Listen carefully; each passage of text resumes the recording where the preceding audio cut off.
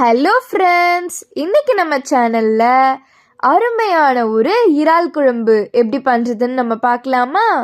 இன்னைக்கு நாங்கள் அதில் காய்கறிலாம் கலந்து அருமையாக வச்சுருக்கோம். அது எப்படின்னு நம்ம பார்க்கலாம் வாங்க. ஃபர்ஸ்ட் ஒரு பேன் எடுத்துக்கோங்க. அதில் உங்களுக்கு தேவையான அளவு எண்ணெய் ஆட் பண்ணிக்கோங்க. எண்ணெய் நல்லா காஞ்சதுக்கு அப்புறமா கொஞ்சமாக கறிவடகம் ஆட் பண்ணிக்கோங்க. நீங்கள் எந்த வித குழம்பு, மீன் குழம்பு, இறால் குழம்பு இதெல்லாம் பண்ணும்போது கறிவடகம் ஆட் பண்ணி பண்ணுறது உங்களுக்கு நல்லாயிருக்கும்.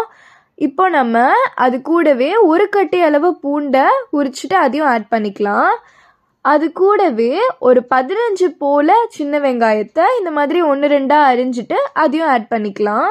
அது கூடவே ஒரு கொத்து கருவேப்பிலை இதெல்லாம் ஆட் பண்ணிவிட்டு உங்களுக்கு குழம்புக்கு தேவையான அளவு உப்பு ஆட் பண்ணிக்கோங்க. இப்போது அதை நல்லா சாட் பண்ணி விட்டுருங்க. அதை ஒரு 1 மினிட் நல்லா சாட் பண்ணதுக்கு அப்புறமா அது கூடவே நம்ம ஒரு தக்காளி ஆட் பண்ணிக்கலாம். அந்த தக்காளியுமே நல்லா சேர்த்து இதோட சாட் பண்ணி விட்டுருங்க. அதை நல்லா மேஷ் பண்ணி வதக்கி விடுங்க. இந்த தக்காளிலாம் நல்லா மேஷ் ஆகணும் நமக்கு. இந்த தக்காளி நல்லா சாஃப்ட் ஆகுற வரைக்கும் அதை நல்லா மேஷ் பண்ணி விட்டுக்கோங்க.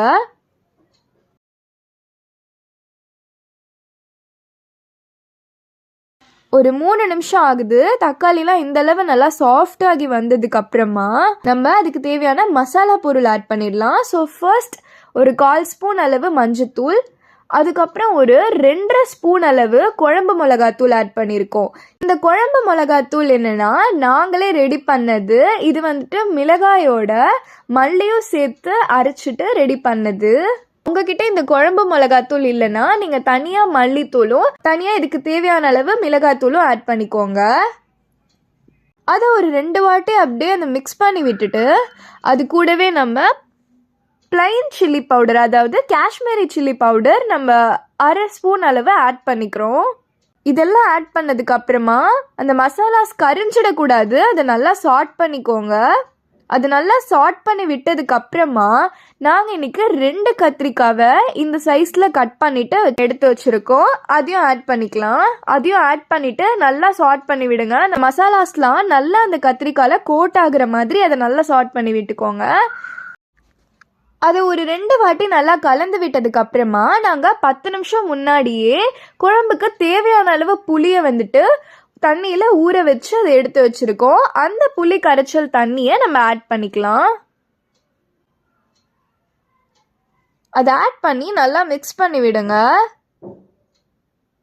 இப்போது அது ஒரு வாட்டி கொதிச்சு வர வரைக்கும் நம்ம வெயிட் பண்ணலாம். இப்போ பார்த்தீங்கன்னா 5 மினிட்ஸ் ஆகுது. இது நல்லா கொதிச்சு வந்ததுக்கு அப்புறமா இதில் நாங்கள் ஒரு வாழைக்காவை கட் பண்ணி ஆட் பண்ணிக்கிறோம். இந்த மாதிரி இறால் குழம்புல கத்திரிக்காய், வாழைக்காய் இதெல்லாம் சேர்த்து பண்ணும்போது டேஸ்ட் ஆஹா அருமையாக இருக்கும். நீங்கள் முருங்கைக்காயெல்லாம் இருந்தால் அதையும் சேர்த்து ஆட் பண்ணிக்கலாம். எங்ககிட்ட இப்போ முருங்கைக்காய் இல்லை, அதனால நாங்கள் ஆட் பண்ணல. நம்ம சேர்த்துருக்க புளியெல்லாம் நல்லா கொதிச்சு திக்காகிற வரைக்கும் அதை கொதிக்க விட்டுருங்க. இப்போ பாருங்கள் 15 மினிட்ஸ் ஆகிருக்கு. குழம்பு இந்த அளவு திக்கானதுக்கு அப்புறமா நம்ம இதில் வந்து 1/2 கிலோ இறாலை வந்துட்டு வாஷ் பண்ணிவிட்டு எடுத்து வச்சுருக்கோம். அதை இதில் ஆட் பண்ணிக்கிறோம்.